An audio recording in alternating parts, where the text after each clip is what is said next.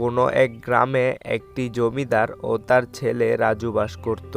রাজু ছিল খুবই ভালো ছেলে, কিন্তু তার বাবা জমিদার ছিল খুবই অহংকারী।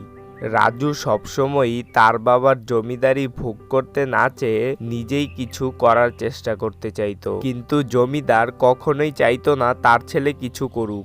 সে সবসময়ই চাইতো তার ছেলে এ জমিদারি ভোগ করুক। বাবা, আমি এখন কিছু করতে চাই। রাজু, তুমি ভুলে যেও না, তোমার বাবা একজন জমিদার। এখন আমার যা সম্পত্তি আছে তুমি তা সারা জীবন খেয়ে বাঁচতে পারবে। কিন্তু বাবা, যা করেছো সেটা তো তোমার অর্জন। আমিও কিছু অর্জন করতে চাই। তাছাড়া আমার তো যথেষ্ট বয়স হয়েছে কাজ করার মতো। তুমি একটা জমিদারের ছেলে হয়ে সাধারণ ছেলেদের মতো কাজ করবে? তোমার যদি কিছু করতেই হয় তাহলে তুমি আমার বাড়ি থেকে বের হয়ে যাও, তারপর তোমার যা খুশি তাই করো, যাও।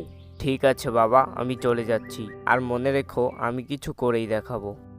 তারপর রাজু স্থানীয় এক কৃষকের বাড়ি যায়। রহিম চাচা, রহিম চাচা, বাড়িতে আছো নাকি? তারপর রাজু স্থানীয় কৃষক রহিমের কাছ থেকে কলা চাষের পদ্ধতিগুলো জেনে নেয়।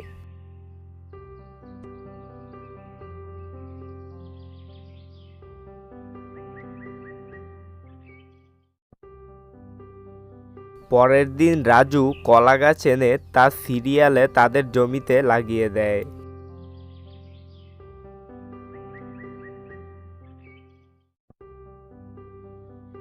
কিছুদিন পর রাজুর কলা গাছগুলো বেশ বড় হয়ে যায়, আর তাতে কলাও ধরে থাকে। এটা দেখে রাজু খুবই খুশি হয়, আর কলাগুলোকে বাজারে বিক্রি করার ব্যবস্থা করে।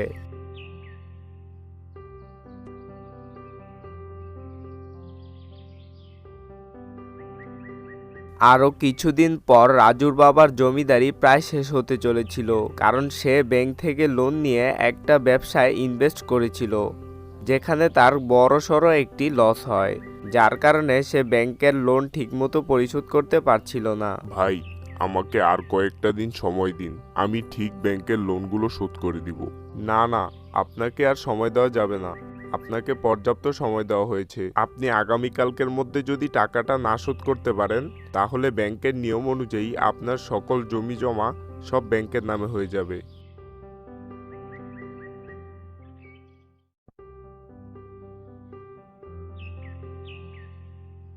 পরের দিন ব্যাংকের ম্যানেজার আবার আসে, কিন্তু জমিদারের কাছে শোধ করার মতো টাকা ছিল না। ভাই, টাকাটা তো জোগাড় হয়নি, আর কয়েকটা দিন সময় দিন না।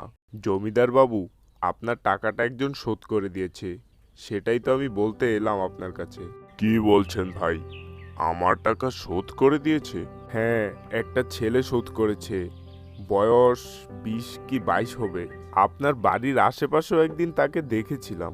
জমিদার তখন বুঝতে বাকি রইল না যে এই কাজটা তার ছেলেই করেছে।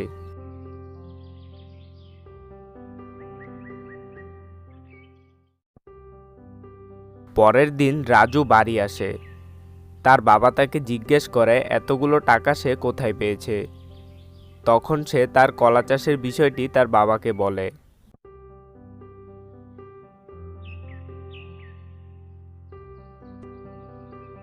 পরের দিন জমিদার তার ছেলের পুরো কলা বাগানটা ঘুরে দেখে।